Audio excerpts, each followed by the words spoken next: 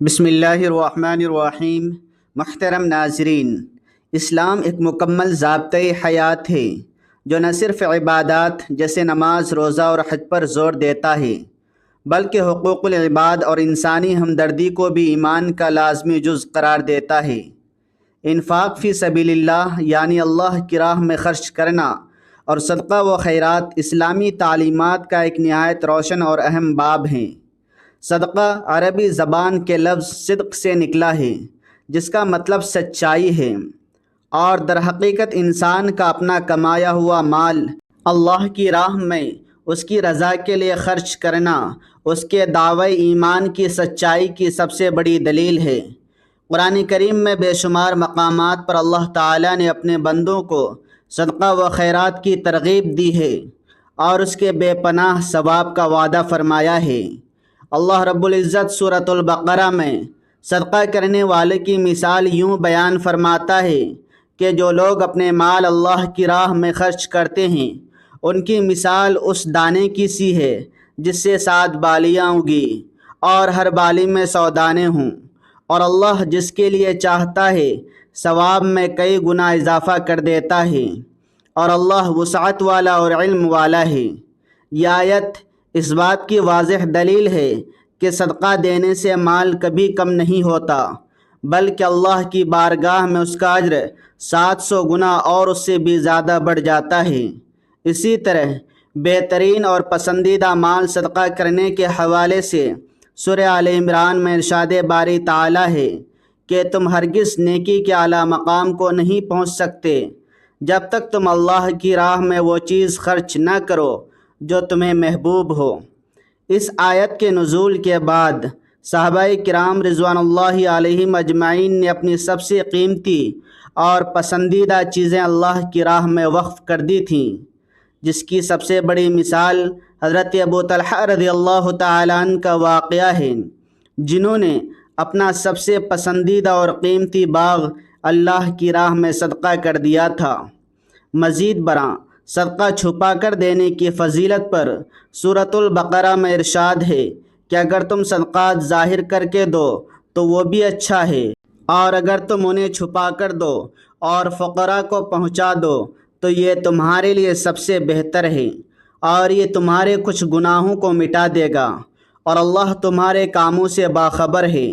قرآن مجید کی ان واضح ہدایات کے بعد جب ہم احادیث نبوی صلی اللہ علیہ وسلم کا مطالعہ کرتے ہیں تو ہمیں صدقے کے بے شمار فضائل اور دنیاوی و اخروی فوائد ملتے ہیں۔ جامع ترمذی کی حدیث کا مفہوم ہے کہ بلا شبہ صدقہ رب کے غضب کو ٹھنڈا کر دیتا ہے اور انسان کو بری موت سے بچاتا ہے۔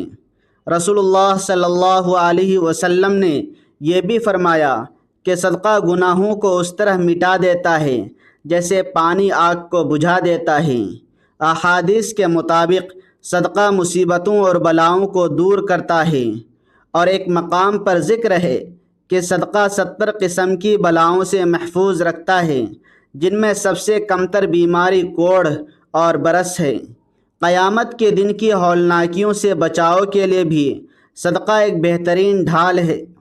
صحیحین کی متفق علیہ حدیث کے مطابق قیامت کے دن جب سورج سوا نیزے پر ہوگا اور اللہ کی عرش کے سوا کوئی سایہ نہ ہوگا تو جن 7 خوش نصیبوں کو وہ سایہ نصیب ہوگا ان میں ایک وہ شخص بھی ہوگا جس نے اس قدر پوشیدہ صدقہ کیا کہ اس کے بائیں ہاتھ کو بھی خبر نہ ہوئی کہ دائیں ہاتھ نے کیا خرچ کیا۔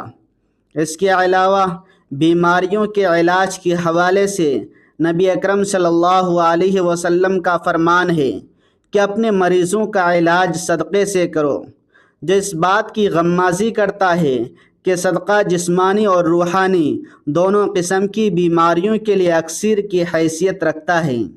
صحیح بخاری کی حدیث میں یہ بھی آتا ہے کہ روزانہ صبح 2 فرشتے نازل ہوتے ہیں، ایک کہتا ہے کہ اے اللہ خرچ کرنے والے کو اس کا نعم البدل عطا فرما، اور دوسرا کہتا ہے کہ اللہ بخل کرنے والے کے مال کو ہلاک کر دے۔ ان بے شمار فضائل اور واضح احکامات کے باوجود ہمارے معاشرے میں صدقہ دینے کے حوالے سے کئی غلط رسوم اور خود ساختہ طریقے رائج ہو چکے ہیں جن کا شریعت مطہرہ سے کوئی تعلق نہیں، اور ان کی اصلاح انتہائی ضروری ہے۔ سب سے بڑی غلط فہمی صدقے کو صرف گوشت، انڈے یا کالے بکرے تک محدود سمجھنا ہے۔ بہت سے لوگوں کا معمول بن چکا ہے کہ جب تک وہ کالے بکرے کا گوشت، مرغی کا گوشت، مرغی کے انڈے، کالی دال یا سرسوں کا تیل صدقہ نہ کریں، ان کے نزدیک صدقہ ادا ہی نہیں ہوتا۔ اگر انہیں سمجھایا جائے کہ اس کے متبادل آپ نقد رقم یا کسی غریب کا راشن دے سکتے ہیں، تو وہ بضد ہوتے ہیں کہ کسی عامل نے انہیں گوشت کا ہی بتایا ہے۔ حقیقت یہ ہے کہ اسلام میں صدقہ کی کوئی مخصوص شکل سوائے زکوٰۃ و فطرانہ کی مقررہ مقدار کے متعین نہیں کی گئی۔ نبی کریم صلی اللہ علیہ وسلم نے فرمایا کہ تمہارا اپنے بھائی کو دیکھ کر مسکرا دینا بھی صدقہ ہے، راستے سے تکلیف دہ چیز کو ہٹا دینا بھی صدقہ ہے۔ عاملوں کی باتوں کو شریعت پر فوقیت دینا صرف گمراہی ہے، کیونکہ اصل صدقہ وہ ہے جو ضرورت مند کی فوری ضرورت کو پورا کرے۔ معاشرتی غلط فہمیوں میں ایک اور بڑی غلطی گوشت کو جنگلوں، ویرانوں یا دریاؤں میں پھینکنا ہے۔ بعض لوگ صدقے کا گوشت جنگلوں میں چیل کووں کے لیے یا نہروں اور دریاؤں کے پلوں پر مچھلیوں کے لیے پھینک آتے ہیں اور سمجھتے ہیں کہ یہ سب سے افضل عمل ہے۔ اگرچہ جانوروں اور پرندوں کو کھلانا بھی باعث اجر ہے، لیکن جب معاشرے میں انسان جو کہ اشرف المخلوقات ہیں بھوک اور افلاس کا شکار ہوں تو ان کی ضرورت پوری کرنا جانوروں پر فوقیت رکھتا ہے۔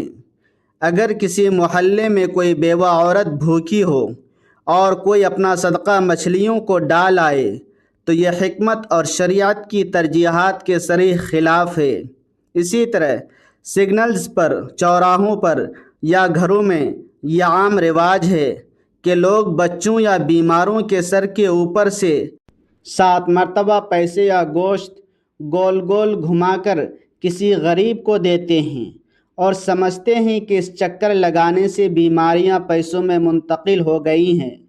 شریعت اسلامیہ میں سرے سے صدقہ گھمانے یا وار کرنے کا کوئی تصور، ثبوت یا حدیث موجود نہیں ہے۔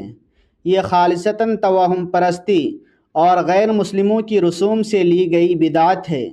صدقے کی قبولیت کا دار و مدار دل کی نیت پر ہے۔ دل میں اللہ کی رضا کی نیت کریں اور رقم یا چیز مستحق کے ہاتھ میں عزت و احترام سے رکھ دیں، بس اتنا کافی ہے، اور یہی مسنون طریقہ ہے۔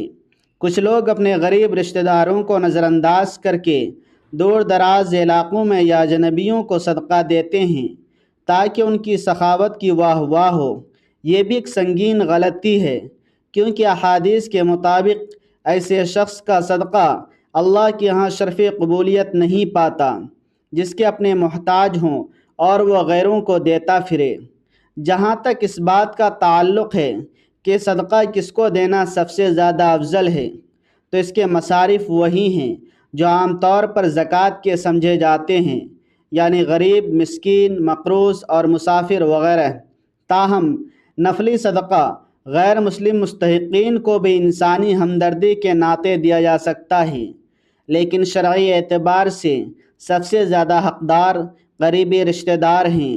سب سے افضل اور بہترین صدقہ وہ ہے جو اپنے غریب رشتہ داروں پر کیا جائے۔ نبی کریم صلی اللہ علیہ وسلم کا واضح فرمان ہے کہ کسی عام مسکین پر صدقہ کرنا صرف ایک صدقہ ہے، لیکن ذی رحم یعنی رشتہ دار پر صدقہ کرنا 2 اجر رکھتا ہے، ایک صدقے کا اجر اور دوسرا صلہ رحمی کا اجر۔ اکثر لوگ کہتے ہیں کہ ہمارے فلاں رشتہ دار نے ہمارے ساتھ بہت برا سلوک کیا، جائیداد میں حصہ نہیں دیا یا عدالتوں میں گھسیٹا، لہذا ہم ان کی مدد کیوں کریں؟ یہاں پر اسلام کا عظیم اخلاقی درس سامنے آتا ہے جو صحابہ کرام نے اپنایا۔ رسول اللہ صلی اللہ علیہ وسلم نے ارشاد فرمایا کہ سب سے افضل صدقہ وہ ہے جو ایسے قریبی رشتہ دار کو دیا جائے جو دل میں تمہارے لیے دشمنی یا بغض رکھتا ہو، یعنی وہ دل میں تمہیں برا جانتا ہے، پھر بھی تم اسے صدقہ دے رہے ہو، اس کی مدد کر رہے ہو۔ یہی تو اصل امتحان اور اعلیٰ ترین صلہ رحمی ہے، اور اسی پر اللہ تعالیٰ بے حساب اجر عطا فرماتا ہے۔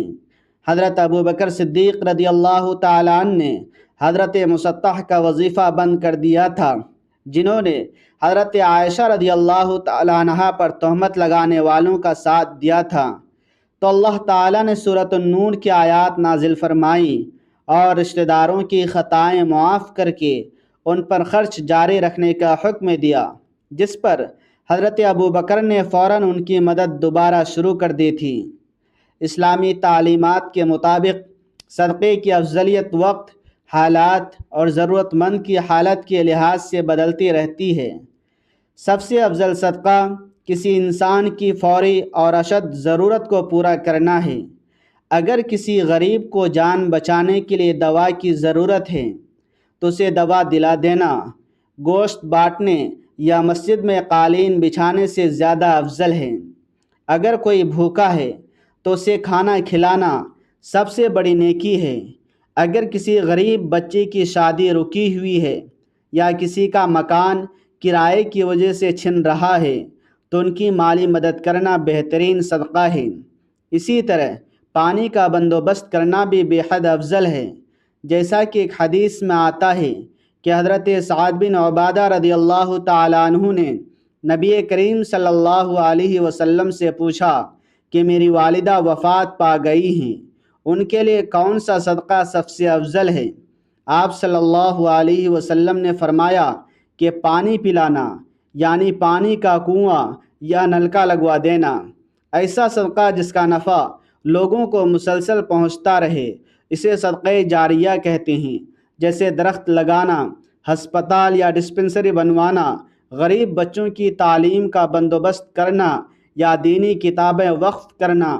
انسان کے مرنے کے بعد بھی اس کا ثواب اس کے نامہ اعمال میں درج ہوتا رہتا ہے۔ قرآن و سنت کی روشنی میں صدقہ دینے کی چند بنیادی آداب ہیں جن کا خیال رکھنا صدقے کی قبولیت کے لیے لازمی ہے۔ اللہ تعالیٰ فرماتا ہے کہ اے ایمان والو، اپنے صدقات کا احسان جتا کر اور تکلیف دے کر ضائع نہ کرو۔ کسی کی مدد کرنے کے بعد اسے بار بار طعنے دینا یا لوگوں کے سامنے شرمندہ کرنا صدقے کے ثواب کو ختم کر دیتا ہے۔ ہمیشہ حلال کمائی سے صدقہ کرنا چاہیے، کیونکہ اللہ تعالیٰ پاک ہے اور صرف پاک اور حلال مال ہی قبول فرماتا ہے۔ حرام یا ناجائز طریقے سے کمائی گئی دولت سے صدقہ کرنا اللہ کی بارگاہ میں ہرگز قبول نہیں ہوتا۔ بہت سے لوگ یہ